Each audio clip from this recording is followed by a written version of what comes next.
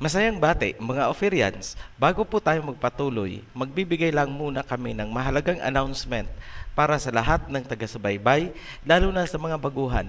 Ugaliin nyo pong tingnan ang description sa ibaba ng video dahil may ginagawa po kaming bagong viewer's guide kung saan ilalagay namin ang magandang sequence ng panonoorin. Dumadami na ang ating videos, mahihirapan kayo kung hindi susundin ang guide. Mahalagang alam nyo kung saan magsisimula at ano ang kasunod. Tandaan, ang videos ng channel ay magkakarugtong na parang teleserye. Magsingit tayo ng hindi gaanong tensyonadong topic ngayon. Palamig muna. Then, aarangkada ulit tayo. Ang video na ito ay bahagi ng ating Commandment series at bilang sagot na rin sa mga katanungan tungkol sa pag-aasawa at pagpapakasal. Introduction po ito para maunawaan natin ang commandment tungkol sa adultery. Ang pag-aasawa ay karaniwan nating naririnig sa mga Pilipino na tinatawag itong pag-iisang dibdib. Meron namang tinatawag itong paglagay sa tahimik. Tanong lang, kailan ba nagiging mag-asawa ang lalaki at babae? Sa legal perspective, nagiging mag-asawa ang lalaki at babae kapag sila ay nagkapirmahan na sa marriage contract. Hindi pinag-uusapan kung may nangyari na sa kanila o wala pa. Pirma ang pinag-uusapan. Ngayon, iba po ang biblical perspective dahil walang involved na pirmahan kung marriage ang pag-uusapan. Tingnan natin kung ano ang definition ng married couple na matatagpuan sa Genesis chapter 2 verse 24. Therefore shall a man leave his father and his mother and shall join to his wife, and they shall be one flesh. Ayan po, one flesh. Yan ang consummation ng pagiging mag-asawa.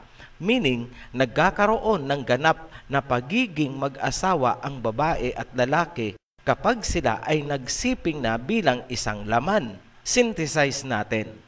Sa biblical, kapag wala pang nangyayari sa couple, hindi pa sila matatawag na mag-asawa dahil hindi nangyari ang pagiging isang laman o one flesh. Nangyayari ang pagiging mag-asawa kapag sila ay nag-isang laman na. Yan ang biblical perspective. Ngayon, magtatanong kayo, paano kung may nangyari na pero hindi pa nakasal in the legal sense? Kung may nangyari na, ibig sabihin mag-asawa na kayo sa mata ng Elohim dahil kayo ay nag-isang laman na. Ngunit sa batas ng tao, kayo ay hindi pa mag-asawa dahil hindi pa naman nagkapirmahan. Ganyan ang sitwasyon ni Joseph at Mary. Hindi pa kinikilala ni Joseph si Mary, kaya maaari niya pa itong iwanan kung malalaman niyang ito ay buntis. Kaya pinaunahan na siya ng anghel at sinabihan siyang ang ipinagbubuntis ni Mary ay hindi bunga ng kataksilan. Yang mga premise na inilatag natin ay kailangang unawain upang maunawaan din ang basihan ng adultery na ipinagbabawal sa Ten Commandments. May isa pang issue na dapat linawin. Ilan ba ang pwedeng maging asawa ng lalaki o isang babae? Pwede bang ang isang lalaki o babae ay may dalawang asawa na pinagsabay? Right and left? Mag-define muna tayo ng terms. Polygamy, ang pagkakaroon ng higit sa isang asawa. Dalawang klase ang polygamy as applied sa babae at lalaki. Yung una ay polygyny, kung saan ang isang lalaki ay nagkakaroon ng higit sa isang asawa ng sabay. Yung isang klase naman ng polygamy ay ang polyandry, kung saan ang isang babae ay mayroong higit sa isang asawa na pinagsabay. Sa Biblia, ang pinayagan ay ang polygyny, ngunit hanggang kay King David lamang. Si King David ay nagkaroon ng maraming asawa sabay-sabay. Matatagpuan yan sa 1 Chronicles chapter 3. Maliban sa asawa, may mga concubines pa si David. Mababasa yan sa 2 Samuel chapter 5. After he left Hebron, David took more concubines and wives in Jerusalem, and more sons and daughters were born to him. Tanong, na-rebuke ba si David dahil sa pagkakaroon niya ng maraming asawa at concubines? Wala po tayong makikita sa Biblia na napagalitan si David dahil sa pagkakaroon niya ng maraming asawa. The only time na na-rebuke si David o napagalitan ay noong pinakialaman niya si Bathsheba na asawa ng sundalong si Uriah. Mababasa nyo ang kwento niyan sa 2 Samuel chapter 11. Bakit siya na-rebuke at naparusahan? Kasi adultery ang ginawa niya. May asawa po kasi si Bathsheba. Ngayon, ang pagkakaroon ni David ng maraming asawa ay pinayagan ng ama dahil walang pag-rebuke na nangyari. Walang disapproval. Ang katotohanan, ang mga asawa ni David ay ibinigay sa kanya ng Elohim. Mababasa 2 Samuel chapter 12 verse 8. I gave your master's house to you, and your master's wives into your arms. I gave you all Israel and Judah, and if all this had been too little, I would have given to you even more. Sinasabi sa verse na yan na ang mga babae na naging asawa ni David ay ang mga asawa ni Saul. Ipinasa ng Elohim kay David, at kung kulang pa daw, dadagdagan pa. Kung ano man ang gusto ninyong ipakahulugan sa pangyayaring yan, nasa inyo na kung sa tingin ninyo ay tagasalo si David nang naiwan ni Saul. Basta malinaw ang nasusulat, ibinigay kay David ang mga asawa ng kanyang master, referring to Saul. OHC, may paglabag na nangyari dahil may nasusulat na utos para sa hari. Deuteronomy chapter 17 verse 17. He must not take many wives, or his heart will be led astray. He must not accumulate large amounts of silver and gold. Maliwanag nga naman, sinasabi na ipinagbawal sa kautusan ang pagkakaroon ng higit sa isang asawa. Ang restriction na yan ay ibinigay para sa isang hari. Pero bakit si King David ay binigyan ng maraming asawa? Lumalabas na binigyan si David ng exemption. Pansinin, namatay si Saul, may mga naiwang asawa. Ano ang mangyayari sa mga babaeng naiwan? Ito ay isang problema na kailangang harapin ng sumunod na hari. Yun ang ginampanan ni David noong nawala na si Saul. Nasa transition period ang kaharian sa panahon ni David. Bilang bahagi ng transition, ang mga naiwang asawa ni Saul ay ipinaasawa sa kanya ng ama upang hindi mapabayaan. Sino tayo para questionin ang desisyon ng ama? He is the author of the laws, and he can make exemption on a case-to-case basis, depende sa sitwasyon. Wala tayong karapatan na questionin yan. Ngayon, after David, standing ang utos ng Deuteronomy chapter 17:17. He must not take many wives, or his heart will be led astray. He must not accumulate large amounts of silver and gold. Ngayon, may culture na allowed pa rin ang polygamy para sa lalaki at itinuturo nilang basihan ang 700 wives ni King Solomon. Pero ang tanong, tama ba ang ginawa ni King Solomon? Hindi ba siya pinarusahan ng Elohim dahil sa gawain na yon? Kinonsinti ba siya? Basahin natin ang excerpts sa 1 Kings chapter 11 verse 1 up to 43. Mahaba po ito, kaya kukunin natin ang salient points verse by verse. Sa verse 11, King Solomon, however, loved many foreign women besides Pharaoh's daughter, Moabites, Ammonites, Edomites, Sidonians, and Hittites. They were from nations about which Yahweh had told the Israelites, "You must not intermarry with them, because they will surely turn your hearts after their gods." Nevertheless, Solomon held fast to them in love. Nagkaroon si King Solomon ng maraming asawa mula sa iba't ibang lahi. Kasali na ang mga babaeng Canaanites gaya ng Sidonians at Hittites. Tandaan na ang Sidonians ay galing sa panganay na anak ni Canaan. Ang mga Hittites naman ay lahi din ni Canaan. Nagkasala si King Solomon? Yes, dalawa ang kasalanan ni King Solomon. Number 1, nilabag niya ang Deuteronomy 17:17 na dapat isa lang ang asawa ng hari. Number 2, nilabag niya ang pagbabawal ng intermarriage sa Deuteronomy chapter 7 verse 1 hanggang 3. Sa verse 1 ng Deuteronomy, ito ang nasusulat. Verse 1, "When Yahweh your Elohim brings you into the land you are entering to possess and drives out before you many nations, the Hittites, Girgashites, Amorites, Canaanites, Perizzites, Hivites, and Jebusites, 7 nations larger and stronger than you." Verse 3, "Do not intermarry with them. Do not give your daughters to their sons or to take their daughters for your sons." Marami pang kasalanang nagawa dyan si King Solomon, kasama na ang idolatry. Paalala, huwag na huwag niyong susubukang aralin ang occult knowledge na ginagamit din ang pangalan ni King Solomon. Tatalakayin natin yan ng hiwalay dahil mapapalayo tayo. Ngayon, sinabi natin, nagalit ang Elohim kay King Solomon.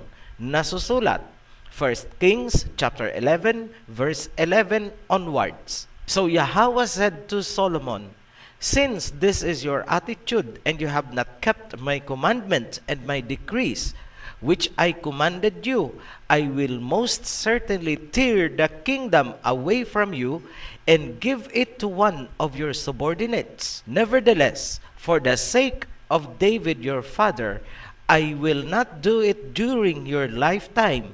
I will tear it out of the hand of your son. Yet I will not tear the whole kingdom from him, but will give him one tribe for the sake of David my servant, and for the sake of Jerusalem, which I have chosen." Maliwanag, hindi kinonsinti ng ama ang maling gawain ni King Solomon. Ulitin namin ang nagawa ni King Solomon. Number 1, nagkaroon siya ng maraming asawa, nilabag ang Deuteronomy 17:17. Number 2, nilabag niya ang pagbabawal ng intermarriage sa Deuteronomy chapter 7 verse 1 hanggang 3. Ngayon, kung pinagbawalan ang mga lalaki kahit ang hari sa pagkakaroon ng maraming asawa, it follows sa mga babae. May karagdagan pang pagbabawal para sa high priest. Ito yung pinakapinunong Levite sa templo. Leviticus chapter 21 verse 13 onwards. "The woman he marries must be a virgin. He must not marry a widow, a divorced woman, or a woman defiled by prostitution, but only a virgin from his own people, so that he will not defile his offspring among his people. I am Yahweh who makes him holy. Ulitin ko, ang high priest lamang na nagsisilbi sa templo ang pinagbawalang mag-asawa ng byuda, diborsyada, at patutot. Ano lang ang pwede sa kanya? Virgin, para hindi defiled ang kanyang magiging anak. Lilinawin natin sa ibang video ang ibig sabihin ng defiled dahil kakailanganin natin dyan ang case ni Eve. Bakit defiled ang anak ng isang babae kung siya ay nagpagalaw na sa ibang lalaki? Ngayon, dahil nasagot na natin ang issues tungkol sa marriage, sagutin natin ang isa pang tanong. Sino ang pumipili ng mapapangasawa at ano ang criteria? May instance na ang mga magulang ang pumipili ng mapapangasawa ng kanilang mga anak. Makikita yan sa panahon ng pag-aasawa ni Isaac na anak ni Abraham. Genesis chapter 24 verse 3. I want you to swear by Yahweh, the Elohim of heaven and the Elohim of earth, that you will not get a wife for my son from the daughters of the Canaanites, among whom I am living, but will go to my country and my own relatives and get a wife for my son Isaac. Pansinin ang restriction. Specific, sinabi ni Abraham na huwag ang isang Canaanite, meaning bawal ang ibang lahi. Tanong, pwede bang asawahin ang kamag-anak? Leviticus chapter 18 verse 6 to 7. You must never have sexual relations with a close relative, for I am Yahweh. Ayan, maliwanag na bawal ang close relative at mas lalo namang bawal ang kapamilya. Basta may blood relations pa sa'yo, bawal.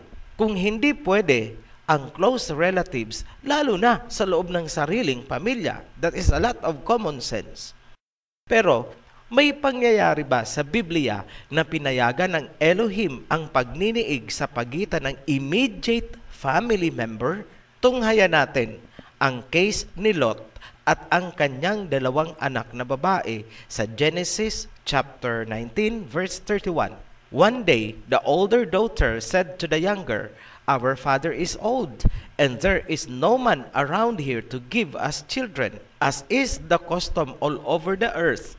Let's get our father to drink wine and then sleep with him and preserve our family lines through our father." Nasusulat, matapos gunawin ang Sodom and Gomorrah, nakipagniig kay Lot ang dalawa niyang anak na babae upang mabuhay ang bloodline ni Lot.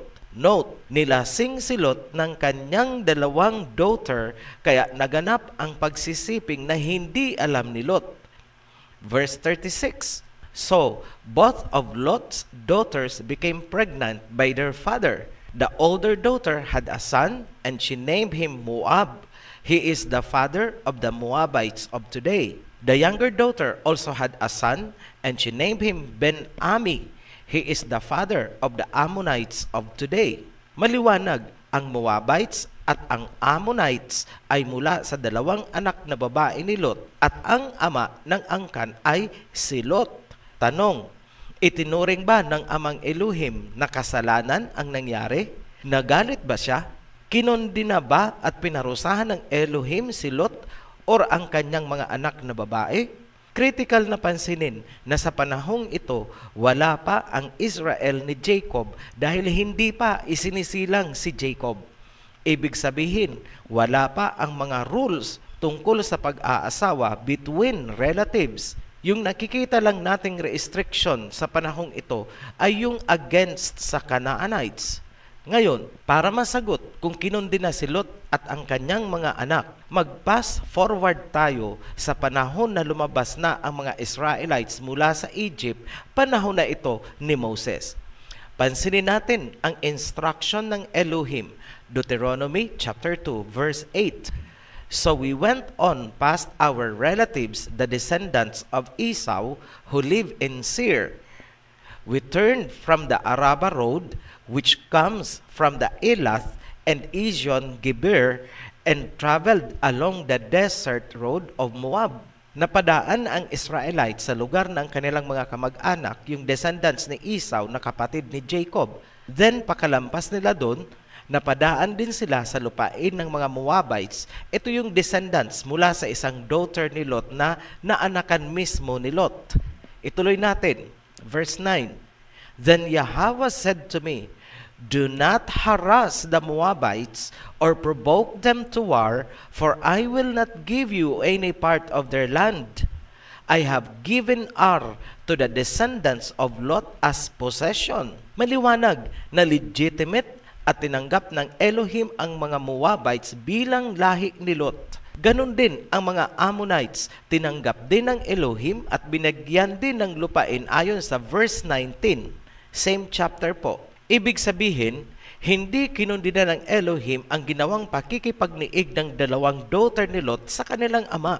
Wala po tayong makikita sa Biblia na ikinagalit ng ama ang nangyari sa pagitan ni Lot at ng kanyang mga anak na babae. By technicality of the law, hindi kasi maituturing na paglabag ang nangyari dahil wala pa ang kautusan tungkol sa incest sa kanilang kapanahunan. At kung perspective naman ng human genetics ang pag-uusapan, iba po ang nature ng genetic purity ng sinaunang tao kaysa sa kasalukuyan nating panahon.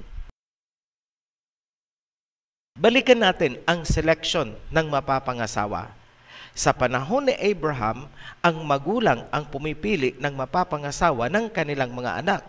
May mga kultura, ganyan pa rin ang tradisyon hanggang ngayon. Kung natatandaan pa, naging tradisyon din ng sinaunang Pilipino na ang magulang ang mga pumipili ng mapapangasawa ng kanilang mga anak. Sinisiguro nila na hindi ka mag-anak hanggang sa ika-7 degree ang mapapangasawa. Ngayon, pag-usapan natin ang dowry. Sa Genesis chapter 29, lumalabas na si Jacob ay nagbigay ng dowry kay Laban sa pamamagitan ng pagtatrabaho upang mapangasawa ang anak nito. Ang dowry ay pinagkakasunduan ng partido ng lalaki at babae. Pansinin na walang rules na ibinigay ang Biblia ukol sa dowry. Talakayin natin ang pagpapakasal. Kung pagbabasihan ang Biblia at hindi ang libadurang doktrina ng mga relihiyon, may biblical bang basehan ang ginagawang pagkasal ng mga pastor at pari sa loob ng simbahan or church nila? Ang sagot ay wala. Ulitin namin, walang biblical authority ang mga pari at pastor na magsagawa ng pagkasal. Paano namin nasabi? Simple lang. Kahit halughugin nyo ang buong Biblia, wala kahit ni isang pangyayari na nagsagawa ng pagkakasal ang priest sa loob o labas man ng templo. Wala ring kautosang nagbibigay ng authority sa mga pastor or pare na magsagawa ng pagkakasal. Therefore, yung mga nakikita nyong seremonyas na ginagawa sa loob ng simbahan ay traditions of men, mga libadurang doktrina ng mga Pariseyo na kinatigan naman ng batas ng tao. Ngayon, mayroong isang verse na matatagpuan kung saan may nabanggit na marriage contract. Ngunit ang nagkasal ay ang magulang ng babae. Basahin nyo ang Tobit chapter 7 verse 12 hanggang 14. Apocryphal book po ito. Sundan ang naka-highlight mula sa verse 14. Then Rachel summoned his daughter Sarah. When she came out to him, he took her by the hand and gave her to Tobias, saying, Take her to be your wife in accordance with the law and decree written in the book of Moses. Verse 13. Then he called her mother and told her to bring writing material, and he wrote out a copy of a marriage contract to the effect that he gave her to him as wife. Pansinin na ang nilalaman ng contract ay to the effect that he gave her to Tobias as wife. Hindi nga ito matatawag na contract, kundi simpleng kasulatan bilang patunay na ibinigay niya ang kanyang babaeng anak upang maging asawa ni Tobias. May nababanggit bang pare? Wala. May ministro or pastor ba? Wala.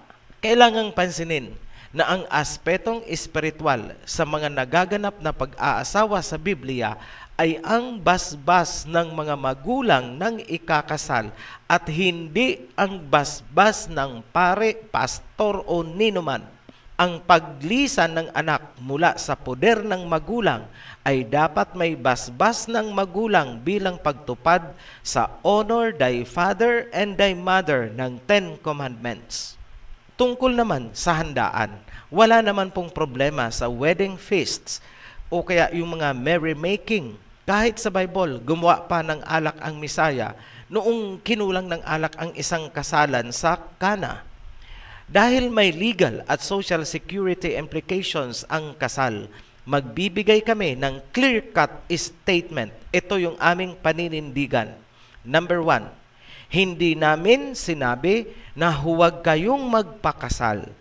Dapat po kayong magpakasal para hindi illegitimate ang bata sa legal na aspeto. Number 2, kung Bible ang pag-uusapan, walang nakalagay na kailangang pari, pastor, or ministro ang magkakasal at dapat ito ay gaganapin sa simbahan. Wala pong ganong sinasabi ang Biblia. Number 3, basbas ng magulang ang basehan ng solemnity ng kasal at hindi ang basbas ng pari or ministro. Kahit santo papa pa ang magkasal sa inyo, kung walang basbas ng magulang, walang saysay ang kasal na yan sa mata ng Elohim kung may sama ng loob ang magulang. Honor your father and your mother so that you may live long in the land Yahweh your Elohim is giving you. Exodus chapter 20 verse 12.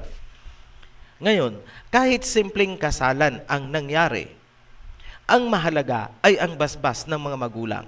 Tanong, saan kayo pupunta upang maging legal ang inyong pagsasama? Let me quote the Family Code Article 7, Sections 1 to 5. Ang mga authorized na mag-solemnize ng marriage ay, number 1, mga huwes sa kanilang mga jurisdiction. Number 2, any priest, rabbi, imam, or minister na authorized ng kanilang sekta. Subalit, ang maaari lamang nilang ikasal ay member nila or at least isa sa ikakasal ay kamember nila. Number 3, captain ng barko or eroplano in the event provided sa Artikulo Mortis. Yan ay kung ang isa ay nasa verge of death. Number 4, military commander during events provided sa Artikulo Mortis. Number 5, any consul general, consul, or vice consul in the case provided in Article 10. Ang authority naman ng mga mayor ay matatagpuan sa Local Government Code, Section 444. Ngayong natalakay na natin ang tungkol sa marriage, dudugtungan natin itong video tungkol naman sa adultery at divorce. Ano ang sinasabi ng Biblia tungkol sa pangangalunya, paghihiwalay ng mag-asawa, at idagdag natin ang muling pag-aasawa ng mga divorced at mga byodo at byoda. Abangan nyo yan sa karugtong na video dito pa rin sa Commandments series. Muli kaming nagpapasalamat sa inyong patuloy na pag-aaral ng mga kautusan ng Aba Yahweh. Para sa mga new subscribers, welcome to the Heritage. At para sa lahat, be blessed. Shalom.